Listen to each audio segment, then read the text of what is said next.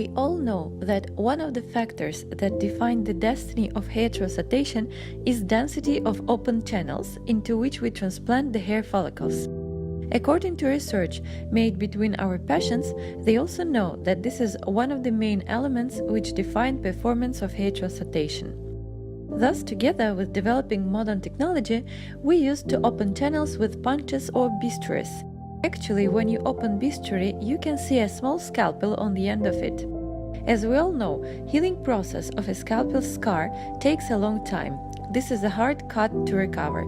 But since sterilization is very important in this process, we had no other choices but to use scalpel because sterile environment during hair transplantation is also one of the most important factors for us. Again, due to modern technology, nowadays we have Sapphire knife, which we use to open channels for hair grafts. Now we can see that recovery process became much more faster. Grafts adaptation also became faster and more productive. Also, we have discovered that Sapphire knife helped to decrease crusting after hair transplantation, and since channels are repaired faster, recovery period also was shortened. Sapphire knife technology became very popular nowadays. We have observed that those channels that were opened but were not used for transplantation have closed after 2 hours.